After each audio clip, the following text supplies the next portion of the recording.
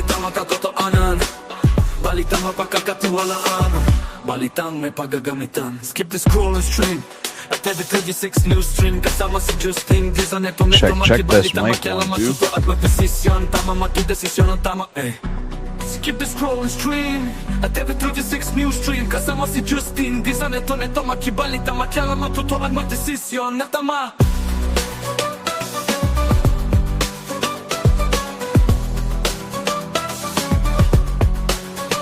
Skip the scroll and stream at every 36 news stream. Kasama si Justin Dizon. Neto makibalita, makialam, matuto at magdesisyon na tama, magdesisyon na tama.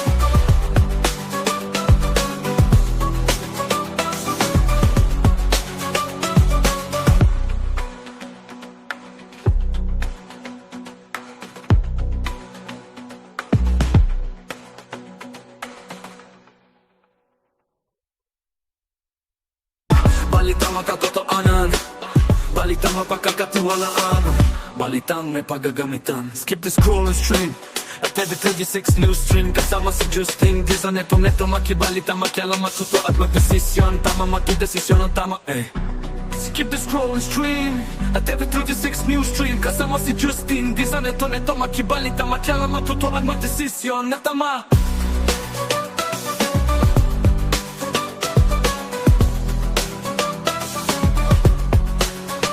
Skip the scroll and stream at every 36 news stream. Kasama si Justin Dizon. Neto makibalita, makialam, matuto at magdesisyon na tama, magdesisyon na tama.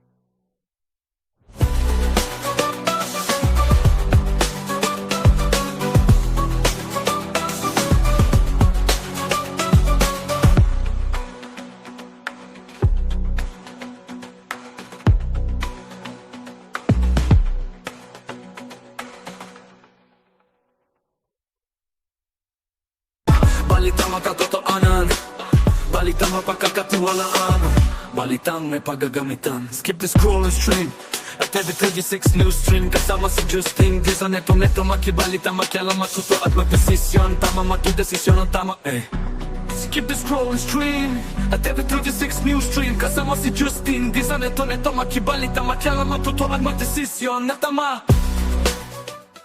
Makialam, makibalita, matuto at magdesisyon po ng tama. Isang magandang araw ho ng Biyernes mga kababayan. Ito po ang CLTV 36 News Stream. Justin Dizon po maghahatid sa inyo ng balita at impormasyong makatotohanan, balita at impormasyong mapagkakatiwalaan at balita at impormasyon na may paggagamitan.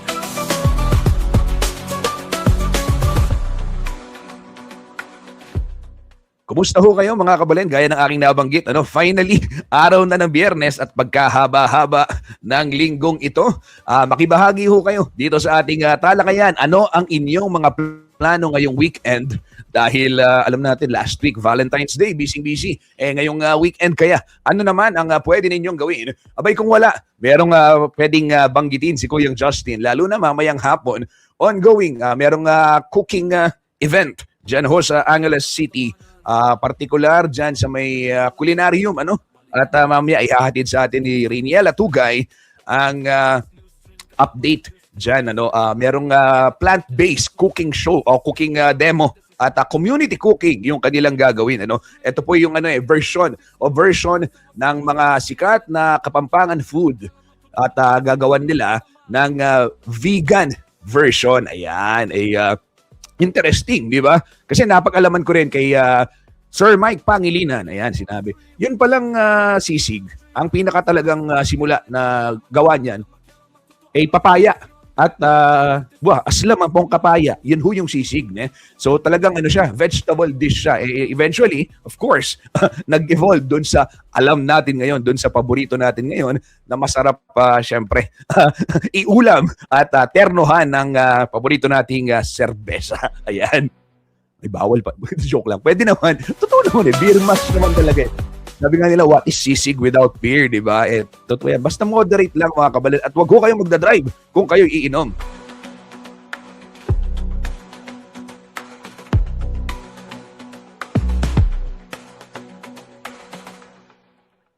Kabaran, marami ho tayong pag-uusapan ng mga balita. Yung mga headlines ngayong araw, mamaya bisitahin natin yung detalye kabilang ho dyan. Ito hong nangyaring sunog sa Bataan, partikular sa Orani at sa bayan ho ng Dinalupihan. Magkahiwalay ho yan, And then, meron hong mga insidente. May ilan tayong mga kababayan na nagsimba nung Ash Wednesday, partikular sa bayan ho ng Santa Rita, ang nalapnos or nasugat yung noo and caused by yung irritation nung ginamit na abo. So, meron nang inilabas na pahayag, opisyal na pahayag yung simbahan kaugnay niyan at hindi hong tatalakayin. At eto ho mga kabalen, yung nangyaring engkwentro sa pagitan ng isang pulis at ng isang suspect dyan ho sa Nueva Ecija.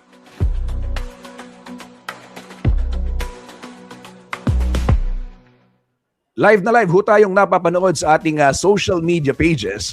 Kaya naman kung hindi ka pa naka-follow dito sa ating CLTV 36 page, okay, ito na yung pagkakataon, like and share at mag-follow na rin dito sa ating iba't ibang platforms. Live ho ito sa CLTV 36 News and at CLTV 36 Official. Live na live din tayo mga kabalen sa ating YouTube channel at CLTV 36 Official. Kaya naman mag-subscribe na rin kayo. At syempre sa ating 37 cable partners dito po sa Central Luzon. And nationwide naman, Luzon, Visayas at Mindanao, napapanood itong ating programa sa telebisyon via Signal Channel 115 at syempre Air Cable Converge Channel 71. Dito naman sa Kalakhang, Pampanga, syempre Free TV Channel 36. Ayan, di ba? Kahit saan mo gustong manood, nandyan ho ang CLTV. Batiin muna natin yung mga nakatutok maaga sa ating programa. Si Angelo Redaha, araw-araw itong nakatutok. Maraming salamat, Angelo. Dasal ko ang iyong mabuting kalusugan lagi. Thank you sa iyong pagsuporta araw-araw dito sa ating programang CLTV 36 Newsstream. Nakatutok din si Abby. Good morning po. Good morning, Abby. Diana Zapanta, shout out. Ayan, thank God it's Friday. Totoo yan, good morning din kay Colin Salazar, nakatutok dito sa ating programa, at si Alexandra Lavinia. Ayan, maraming salamat. Anong plano nyo this weekend? Saan ba pwedeng mamasyal dito sa Pampanga? I-share nyo na yan sa ating comment section. Babasahin ni Kuyang Justin. Kung mamamasyal ka na rin lang ngayong Biyernes, you might want to consider also yung traffic situation sa syudad ng San Fernando. At TV 36 News Stream, kasama si Justin Dizon, neto makibalita, makialam, matuto at magdesisyon. Tama, magdesisyon ang tama, Skip the scroll and stream. At TV 36 News Stream, kasama si Justin Dizon, neto makibalita, makialam, matuto at magdesisyon na tama.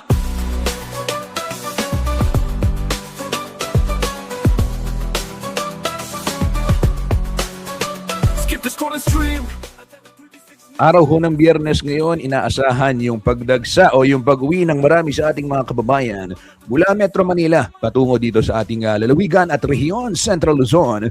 Kaya naman silipin muna natin kondisyon ng mga kakalsadahan. At simulan natin lokal dito ho sa may syudad ng San Fernando, Pampanga na unti-unti na meron ako nakitang post ng isang araw, sabi San Fernando to San Fernando is 1 hour away. Wala, ganyan talaga yung pagbigat ng daloy ng trapiko. Ito, silipin muna natin sitwasyon ho ng daloy ng trapiko. Dito tayo sa may boundary ng Angeles City at ng syudad ng San Fernando. Light traffic sa mga oras na ito. Kaya ni pong Telabastagan ng pong Santo Domingo. Pagdating ho ng Panings, ayan maluwag din yung sitwasyon dyan.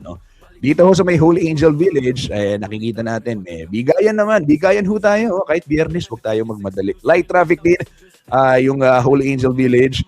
Same scenario dito sa may Baliti portion naman ng Manila North Road o yung MacArthur Highway kung tawagin. Light traffic din. Maluwag din ang sitwasyon ng trapiko sa may Sindalan, ganyan din sa may Del Rosario. Oo, bagamat syempre, alam niyo naman, longest traffic line. But respetuhin po ang mga road signage at yung mga traffic lights para maiwasan yung mga disgrasya sa kalsada. Ayan, St. Jude, light traffic din. Etong sa may Makabakle, JBL, Dolores, so far, maluwag pa ang daloy ng trapiko, ganyan din sa may Barosa hanggang downtown San Fernando.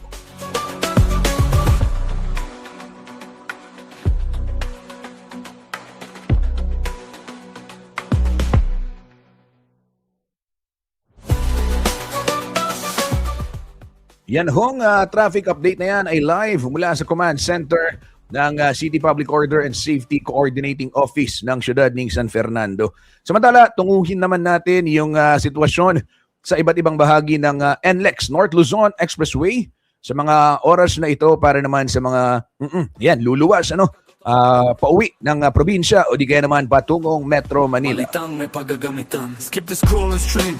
At every 36 news stream. Kasama si Justin Di sa neto makibalita, makialam, matuto at magdesisyon. Tama, magdesisyon ang tama, Skip the scroll and stream. At every 36 news stream. Kasama si Justin Di sa neto makibalita, makialam, matuto at magdesisyon na tama. Kabalen, ngayon ho natatapos yung mga road closure dyan sa may area ng Pulilan at iba pang bahagi ng NLEX. Kaya naman asahan na yung pagluwag ng daloy ng trapiko at as of 10:14 ng umaga, ngayon hong araw ng Biyernes, Feb 20, ay dito ho sa may portion ng May Kawayan, magkabilang linya, maluwag naman ang sitwasyon dyan sa NLEX portion na yan. Balintabak Toll Plaza, light traffic din at wala pang pila yung mga pauwi dito ho sa atin sa Central Luzon, hindi pa ganun kahaba ang pila. Valenzuela Interchange, magkabilang linya, hindi pa ganun kabigat, Though yung going Metro Manila, syempre, may bahagyang pagbabagal na dyan, ramdam na. Mindanao Toll Plaza, bahagyang pila naman, palabas ho ng expressway. And then San Fernando Interchange, magkabilang linya, light traffic sa mga oras na ito. Balitang makatotoanan. Balitang mapagkakatiwalaan. Balitang may pagagamitan. Skip the scroll and stream. At every 36 news stream. Kasama si Justin Di sa neto makibalita, makialam, matuto at magdesisyon. Tama, magdesisyon ang tama, Skip the scroll and stream. At every 36 news stream. Pasadahan din ho natin sitwasyon ng trapiko sa iba't ibang bahagi naman ng lalawigan ng Bataan.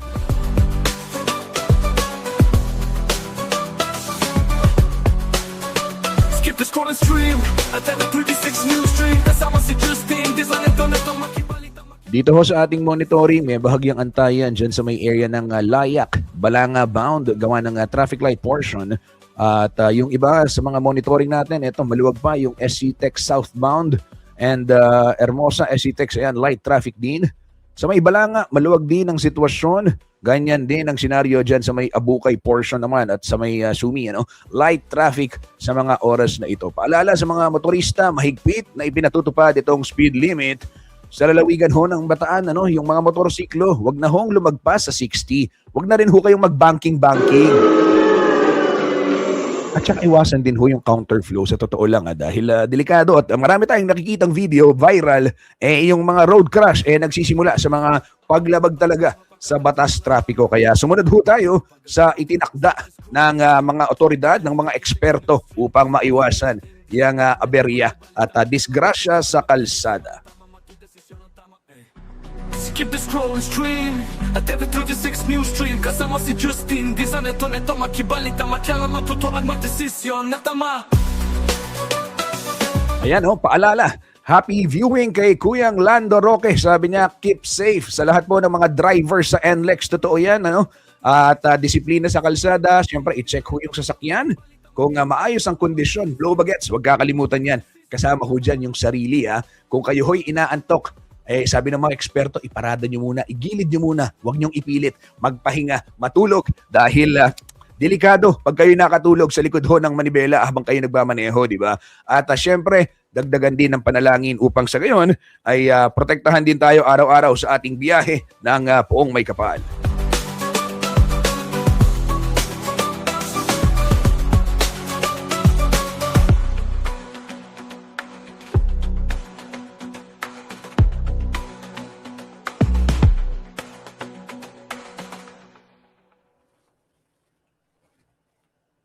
Balitang makatotohanan.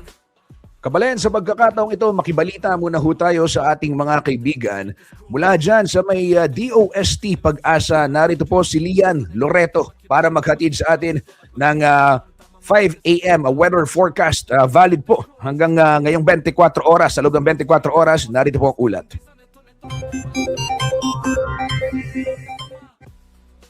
Happy Friday po sa ating lahat. Ito po ang ating latest weather update ngayong February 20, 2026.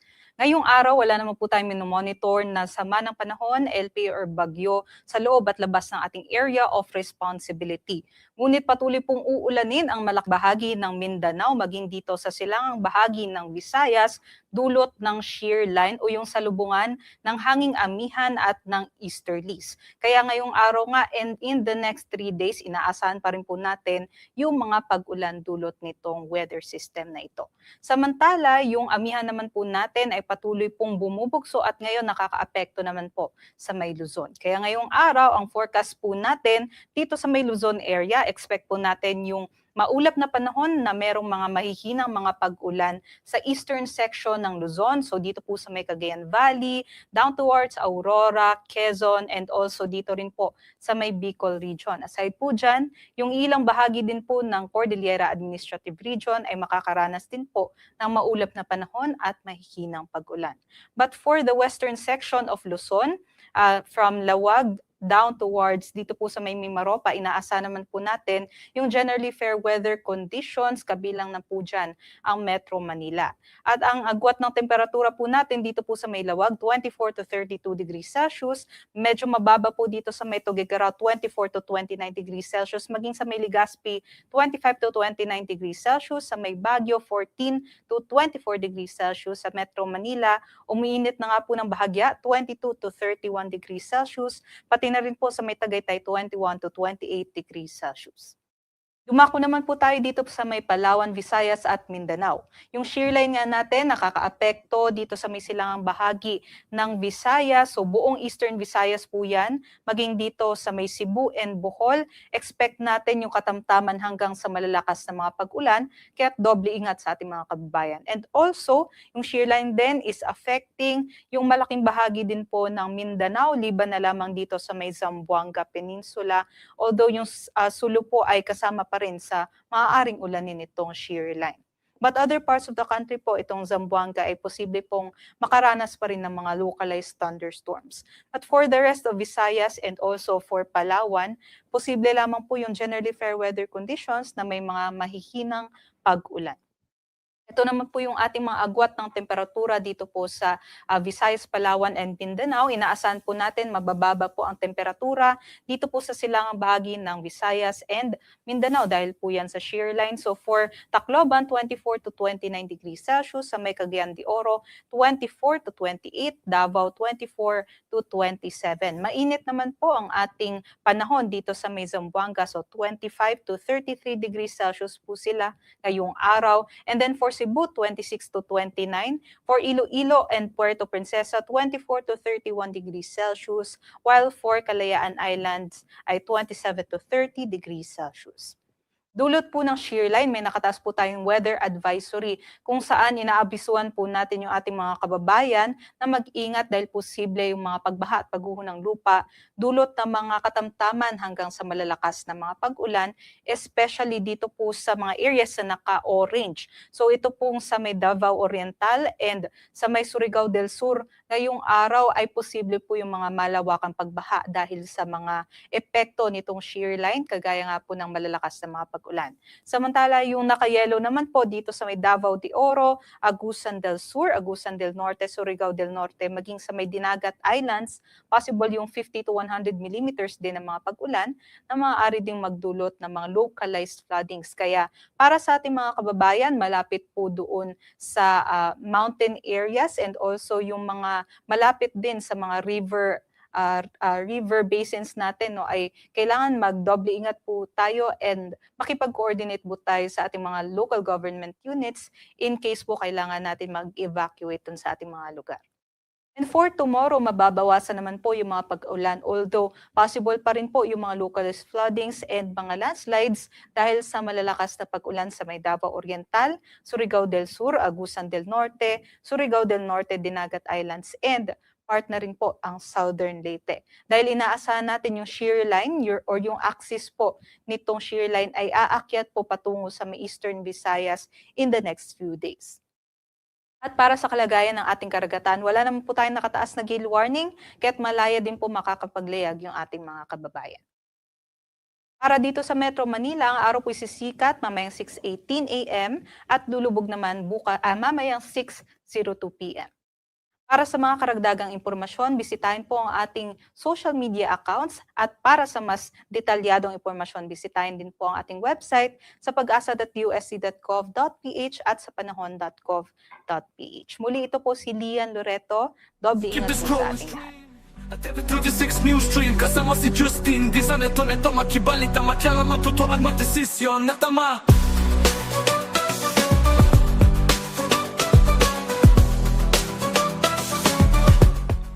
Maraming salamat, Lian Loreto ng DOST Pag-asa para sa ulat panahon. Puntuhan lang natin unti-unti na raw mararamdaman itong pagtaas ng temperatura o yung pag-init ng panahon. And bukas, maswerte naman tayo dito at least sa Pampanga ay mababawasan yung mga pag-uulan. Ngayon naman, silipin ho natin Forex. Nabalita natin kahapon yung remittances, di ba? So, ito ho yun eh.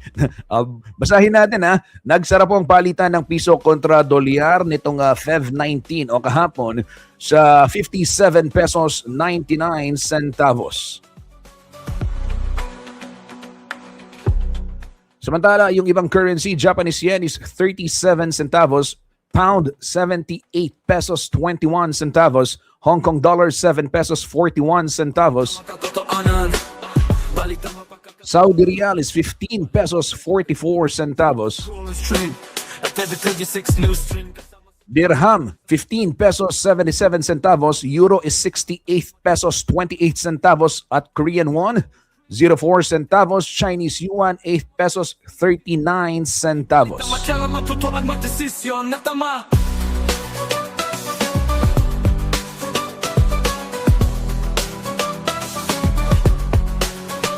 Skip the scrolling stream. Ito ho mga kababayan, magdesisyon naman ng tama. Public service announcement. Ongoing ho ngayon yung brownout dyan sa lahat ng barangay ng San Luis, Pampanga na under ho ng Pelco 1 hanggang 1 p.m. Alauna ng hapon, wala hong kuryente ngayong araw dyan sa may San Luis, Pampanga. Meron hong maintenance work itong Pelco 1. Apektado rin ang nasabing brownout alas 8. Nagsimula kanina, tatagal ho hanggang alauna ng hapon. Itong Barit, Dalayap at Talang sa bayan naman ng Candaba, Pampanga. Apektado rin ho yung Mangga at Tenejero dyan sa Candaba, 8 a.m. Kanina nagsimula hanggang alauna ng hapon brownout. And ito naman, Barangay Mangga from Canto Alpha Mart going to Greenfields, 8 a.m. Kanina nagsimula yan at hindi po matatapos yan ng 1 p.m. Hanggang 4 p.m. yung brownout dyan ho sa may Barangay Mangga, Candaba, Pampanga. Dito naman ho tayo sa may Barangay Consuelo, Florida Blanca ay wala rin hong kuryente. Nagsimula ng alas 9 hanggang alas 4 ho ng hapon ngayong araw. Same scenario dito ho sa may Barangay San Isidro, Greenville Subdivision sa Lubao, Pampanga. 9 a.m. to 4 p.m. ngayong araw po ang brownout dahil merong papalitang poste yung Pelco 2. Ito naman sa may syudad ng San Fernando bukas araw ho ng Sabado, 8:30 a.m. hanggang 12:30 ng tanghali. Diyan ho sa may Capitol Compound ay mawawalan din ng supply ng kuryente dahil mag-revision of primary lines. Itong gagawin naman ng SFELAPCO. Yan ho mga kabalen ang iba't ibang brownout o scheduled power supply interruption o brownout dito ho sa lalawigan ng Pampanga. Ngayon naman silipin natin yung supply ng tubig saan mawawala ngayong araw ho ng Biyernes para ho kayo'y makapagdesisyon ng tama. Kayo ba'y maliligo na ngayon? Ikaw ba'y mag-iigib? Saklo na kayo, harapin eh. Balita makatotoanan. Balita mapag... Ito ho mga kabalen, sa Santa Cruz, Lubao, Pampanga, wala hong supply ng tubig mamayang alauna ng hapon tatagal hanggang alas 4:30 dahil may flushing activity na isasagawa yung Prime Water. And then dito naman sa may Metro Gate Subdivision, Barangay Kapaya, Angeles City, alas 3 ng hapon hanggang alas 5 ng hapon ay wala rin hong supply ng tubig dahil sa flushing activity ng Prime Water. Yan ho ang mga latest public service announcement. Kasama si Justin, di sa neto makibalita, makialam, magtutuan, magdesisyon. Natama, matudesisyon, natama. Kabalen, isang mabilis na patalastas lamang sa ating pagbabalik. Pag-usapan natin mga headlines na dapat ninyong malaman ngayong araw ng Biyernes. Huwag ho kayong bibitiw. Babalik ho ang Newsstream.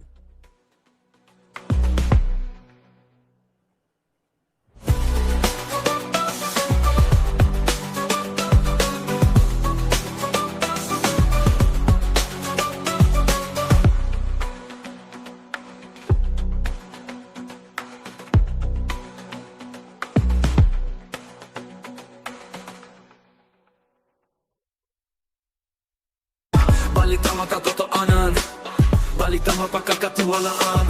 Balitang may paggagamitan. Skip the scroll and stream at TV36 News Stream. Kasama si Justin, di sa neto makibalita, makialam, matuto at magdesisyon. Tama, magdesisyon ang tama Skip the scroll and stream at TV36 News Stream. Kasama si Justin, di sa neto makibalita, makialam, matuto at magdesisyon na tama.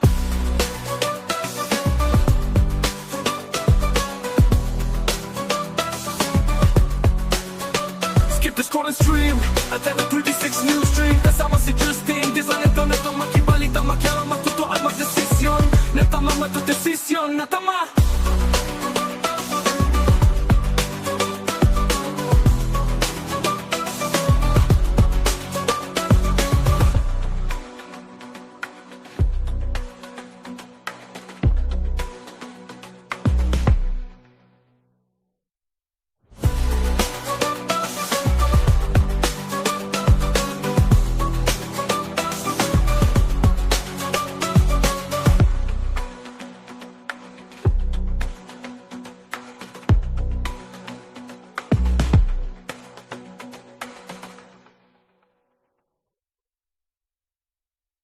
Balitang makatotoanan. Balitang mapagkakatiwalaan. Balitang may paggagamitan. Skip the scroll and stream at TV36 News Stream. Kasama si Justin, di sa neto makibalita, makialam, matuto at magdesisyon. Tama, magdesisyon ang tama Skip the scroll and stream at TV36 News Stream. Kasama si Justin, di sa neto makibalita, makialam, matuto at magdesisyon na tama.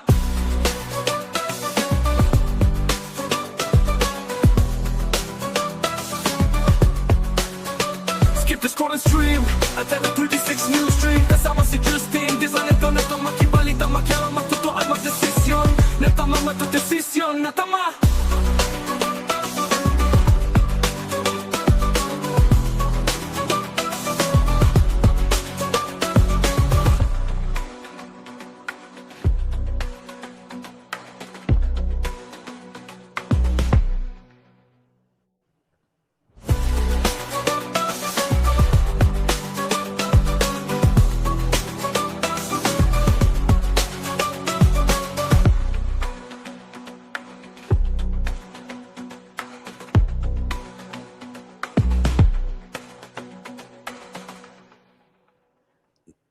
Nagbabalik po ang CLTV 36 Newsstream at ito mga kabalen, isang masayang balita dahil kagabi ay lumabas na nga yung resulta nito pong eksaminasyon para ho sa mga mechanical engineers at dalawang mag-aaral dito ho mula sa mga pamantasan sa Central Luzon ang pasok dito ho sa top 10. Ayan, palakpakan natin sila. Ito, basahin ni Kuyang Justin yung detalye. Pasok ho sa top 10 ng FEV 2026 Mechanical Engineers Licensure Examination ang dalawang graduate mula ho sa Pampanga at Nueva Ecija. Number 6 ho, si Gabriel Tolentino Dayaw ng Holy Angel University sa Angeles City matapos makakuha ng 90.35% na rating. And alumnus naman ho ng Nueva Ecija University of Science and Technology sa Cabanatuan, ang rank 9 na si Joseph Rainiel Roque Fajardo. Nakapagtala ho siya ng markang 89.85%. At samantala, ikalima po sa top performing schools sa MELE o MELE ang Bulacan State University Malolos, 80.95% o 68 po sa 84 examinees ang nakapasa sa nasabing pagsusulit. Sa kabuuan po, 3,264 ang pumasa sa mahigit 6,000 o di kaya naman 51.86% ang passing grade dito sa MELE na ginanap po noong February 11 to Feb 13. Ayon na rin ho yan sa PRC o yung ating Professional Regulation Commission. Yan ho mga kabalen. Palakpakan ho natin itong mga karehiyon natin na nagtagumpay at nagpatunay ng kanilang galing dito ho sa ating tawag dito sa kanilang pag-aaral at sa kanilang profesyon. Saludo sa mga batang masigasig at talagang inilalaban, ika nga, sa dami ho ng mga ika nga, sinasabi, kahit yung mga estudyante ko, napag-uusapan din namin ito Masyadong complex na yung buhay ngayon, pero still, ayan, nandyan, proud na proud pa rin yung yung kaming mga nakatatanda, proud na proud sa kabataan sa tuwing may mga achievement, at hindi lang sa pag-aaral, sa mas marami pang bagay, di ba? So, ito po, congratulations muli kay Engineer Joseph Raniel Roque Fajardo ng NEUST. Top 9 ho siya sa nasabing licensure examination para sa mga mechanical engineer, habang si Gabriel Tolentino Dayaw naman ang nasa pang-6 na pwesto. Siya po'y graduate naman ng Holy Angel University dito po sa Angeles City.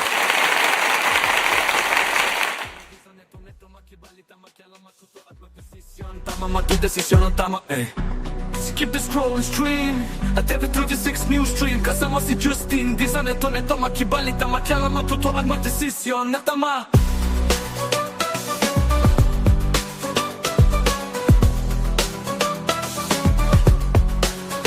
Skip the scrolling stream at TV36 News Stream. Kasama si Justin, di sa neto makibalita, makialam, matuto at magdesisyon na tama, magdesisyon na tama.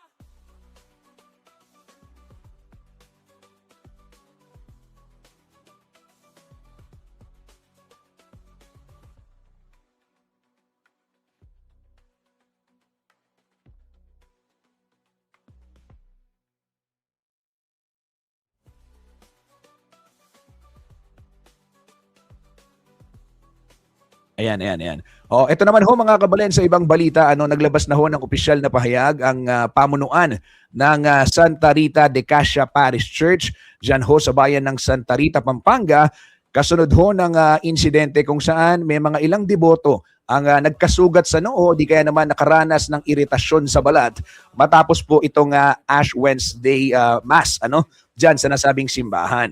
Ayon ho sa pahayag o batay sa pahayag na inilabas mo ng pamunuan ng simbahan, sila po'y humihingi ng paumanhin sa mga parishioner. Ayon ho sa pamunuan ng parokya, batay sa kanilang kaalaman, abo at holy water lamang ang ginagamit sa naturang seremonya. Gayunman, tiniyak ng simbahan, siniseryoso nila ang insidente at kasalukuyang nire-review ang kanilang mga proseso upang malaman ang sanhi ng mga pangyayari. Pinayuhan na rin po ang mga nakaranas pa ng iritasyon na hugasan ng apektadong bahagi at magpakonsulta kung pong kinakailangan.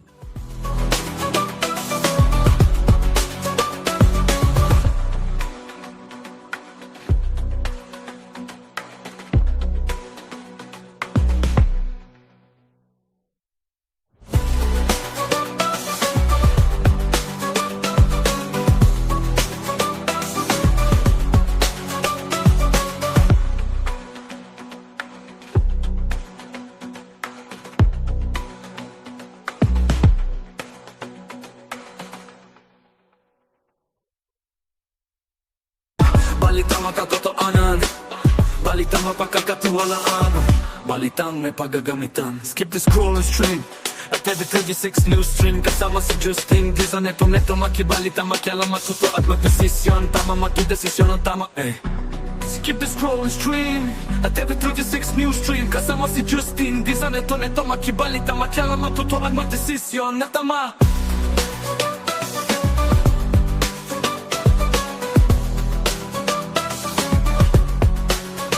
Skip the scroll and stream at every 36 news stream. Kasama si Justin Dizon. Neto makibalita, makialam, matuto at magdesisyon na tama, magdesisyon na tama.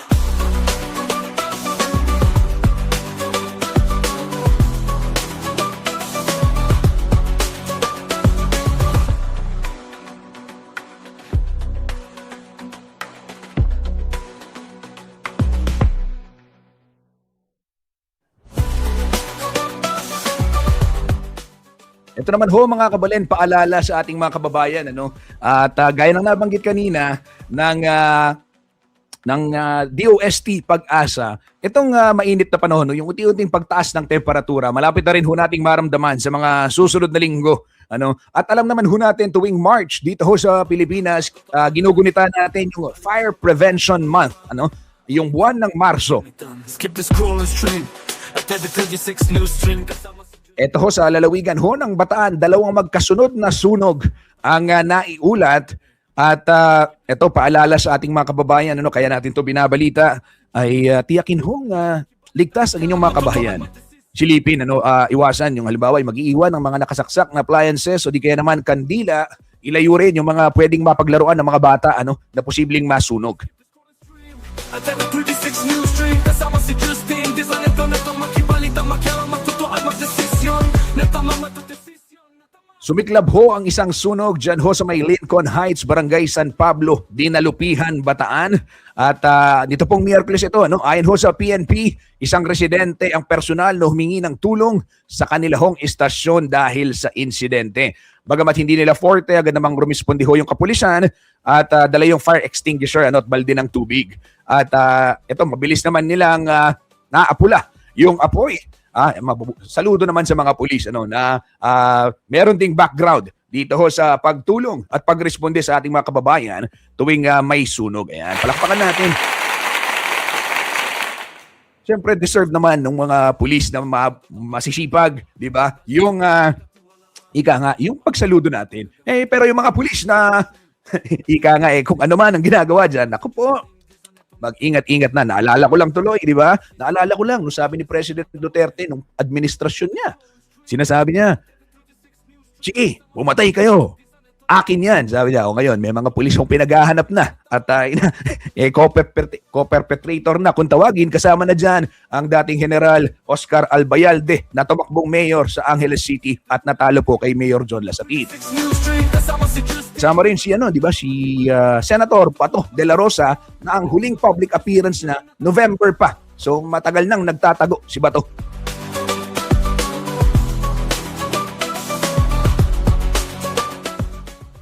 At ito hong sunog mga kabalen, hindi lang ito sa may Orani, ay sa Dinalupihan. Meron din ho sa Orani at mas malaki itong insidenteng ito.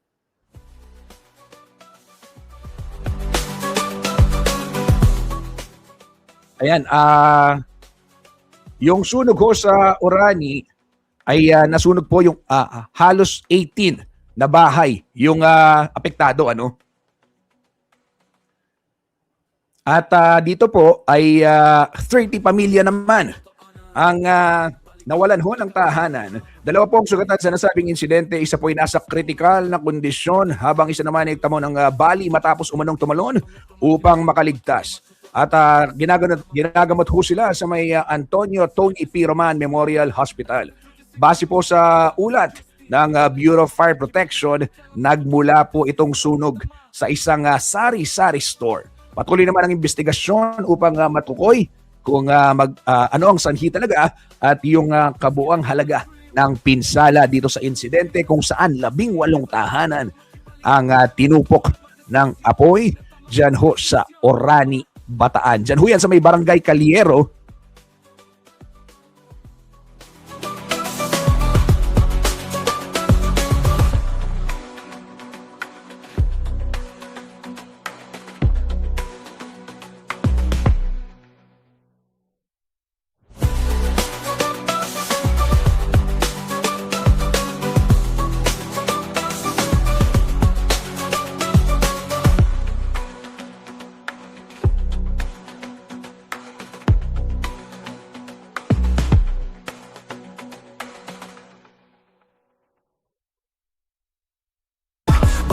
makatotohanan, balitang mapagkakatiwalaan, balitang may pagagamitan. Skip the scroll and stream at TV36 News Stream, kasama si Justin Di sa neto makibalita, makialam, matuto at magdesisyon. Tama, magdesisyon ang tama. At ito mga kabalen, merong nagkomento sa ating live. Confirm lang natin kung ano yung latest dito. Sabi ni Jason Bondok David, nasusunog daw ang prime waste dyan sa may Porac, Pampanga. So kasalukuyan hong tumatawag na at nagkukumpirma na itong ating news team kaugnay nitong pinadalang mensahe live ngayon dito sa ating programa ng ating si kabalen na si Jason Bondok David. Sabi niya, boss, nasusunog po ang prime waste sa Porac. Ipinapacheck na natin yan. Tumatawag na rin si Kuyang Paulo G. Santos at si Riniela Tugay sa ating mga kaibigan dyan sa BFP. Kung ano yung senaryo, kumpirmahin ho natin ito. Tumutok lamang dito sa ating page upang matiyak at hintayin ho yung latest kaugnay nitong impormasyon na ipinadala naman sa atin ng atin pong kabalen na si Jason Bondok David.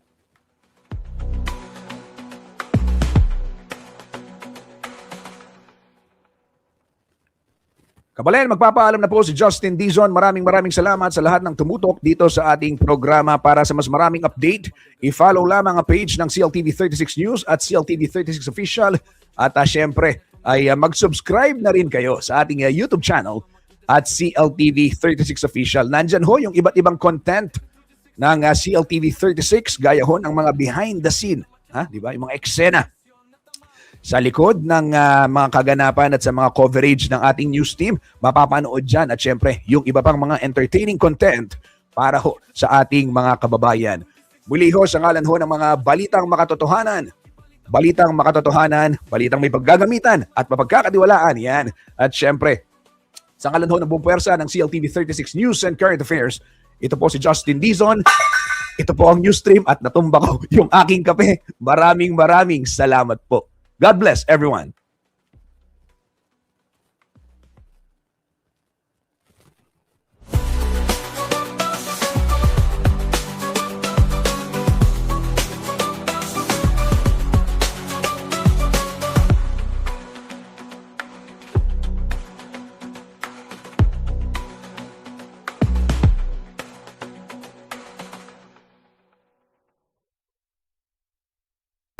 Balitang makatotohanan, balitang mapagkakatiwalaan, balitang may pagagamitan. Skip the scroll and stream at TV36 News Stream, kasama si Justin Di sa neto makibalita, makialam, matuto at magdesisyon. Tama, magdesisyon ang tama. Skip the scroll and stream at TV36 News Stream, kasama si Justin Di sa neto makibalita, makialam.